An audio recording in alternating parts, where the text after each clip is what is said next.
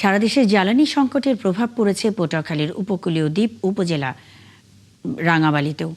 দ্বীপবাসীর অভিযোগ, অসাধু ব্যবসায়ীরা সিন্ডিকেট করে দিনের বেলা বাজারে কৃত্রিম সংকট দেখাচ্ছে, অথচ রাতের আধারে গোপনে 160 থেকে 200 টাকা পর্যন্ত লিটারে পেট্রোল ও অকটেন বিক্রি করছে। এতে দ্বিগুণ হয়েছে মোটরসাইকেল ভাড়া, বেড়েছে স্পিডবোটের ভাড়াও। তবে পাইকারি ব্যবসায়ীরা বলছেন, ডিপো ও ডিলারের কাছ থেকে সরবরাহ কমে যায় খুচরা বাজারে জ্বালানির এই সংকট। বিস্তারিত কামরুল হাসানের প্রতিবেদনে।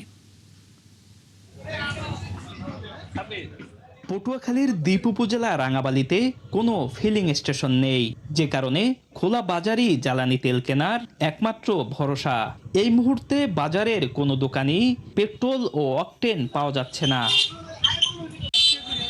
সবচেয়ে বেশি ভোগান্তিতে পড়েছেন মোটরসাইকেল চালকরা। নায়াসিনামাইড ও স্যালিসাইলিক সমৃদ্ধ লিলি ফেস ওয়াশ যা ফেসের ডেড স্কিন সেল দূর করে দেয় দ্বিগুণ ফাস্টার ব্রাইটেনিং। চালকদের অভিযোগ, দিনের বেলায় দোকানে তেল না থাকলেও রাতের আধারে গোপনে বেশি দামে পেট্রোল ও অকটেন বিক্রি করা হচ্ছে।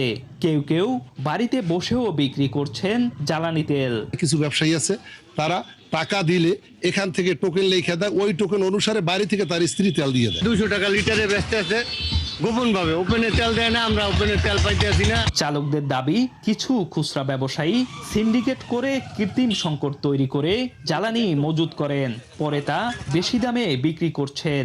এতে বাধ্য হয়ে ভাড়া বাড়াতে হয়েছে।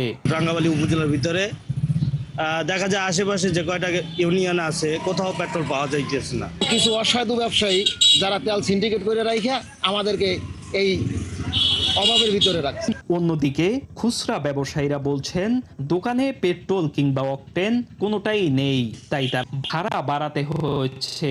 রাঙ্গাবালী আমি একজন খুচরা পেট্রোল ব্যবসা, কিন্তু বিভিন্ন জায়গায় তৈল আনতে দিয়ে কোনো তৈল পাইতেছি না এবং মোকামে আমাদের বেড়ালে টাকা ফেরত দেয়, আর বাড়তি কোনো দর আমরা মাল পাই। পেট্রোল আমার করে দেয় না, আমরা পেট্রোল বেরেল দিয়েছি, বেরেল ফেরত দিয়ে দিয়েছি। পাইকারি ব্যবসায়ীরা জানান, ডিপো ও ডিলারদের কাছ থেকে চাহিদা মতো জ্বালানি না পাওয়ায় এই সংকট। জ্বালানি আমরা যেটা ডিলারের মাধ্যমে আনি, তারা আমাদেরকে আগে যদি আনতাম 100, এখন দেয় 5টা, যার ফলে এই তেল আইনে আমরা কোনোভাবে মিল করতে পারতেছি না। ডিজেল দেয় অল্প কিছু, কিন্তু পেট্রোল মুঠেই দেয় না। আগে তো আমাদের 20-30 পেট্রোল দিত, এখন পেট্রোল ওরা ডিপো দিয়ে আমাদেরকে সাপ্লাই দেয় না। জ্বালানি সংকটে মোটরসাইকেলের ভাড়া হয়েছে প্রায় দ্বিগুণ, পাশাপাশি যাত্রী প্রতি 50 টাকা বেড়েছে স্পিডবোট ভাড়া।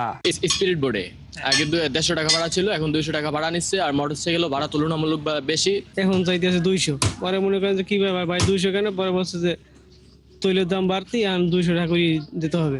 মোটরসাইকেল চালকদের মতো স্পিডবোট চালকরাও বলছেন, বাড়তি দামে জ্বালানি কেনার কারণে ভাড়া বাড়াতে বাধ্য হয়েছেন তারা। আমাদের তেলের বাড়তির কারণে আমরা ভাড়া 200 টাকা নিই। আজকে চালাইতে পারতেছি, কালকে যে চালাইতে পারবো এরকম করে শিওর না, যে তেল কোথাও পাওয়া যাচ্ছে না। আর প্রশাসন বলছে, বাজার মনিটরিং জোরদার করা হয়েছে। জ্বালানি তেলের সংকটের বিষয়টি মাথায় রেখে আমরা বাজার মনিটরিং কার্যক্রম নিয়মিতভাবে চালু রেখেছি এবং নিয়মিত মোবাইল কোড হচ্ছে। যারা তেল স্টক করছে খবর নিউজের ভিত্তিতে আমরা সেখানে গিয়ে অভিযান পরিচালনা করছি। এদিকে বাজার নিয়ন্ত্রণ জোরদার করে কৃত্রিম সংকট বন্ধ ও ন্যায্য মূল্যে জ্বালানি বিক্রি নিশ্চিত করার দাবি জানিয়েছেন ভুক্তভোগীরা।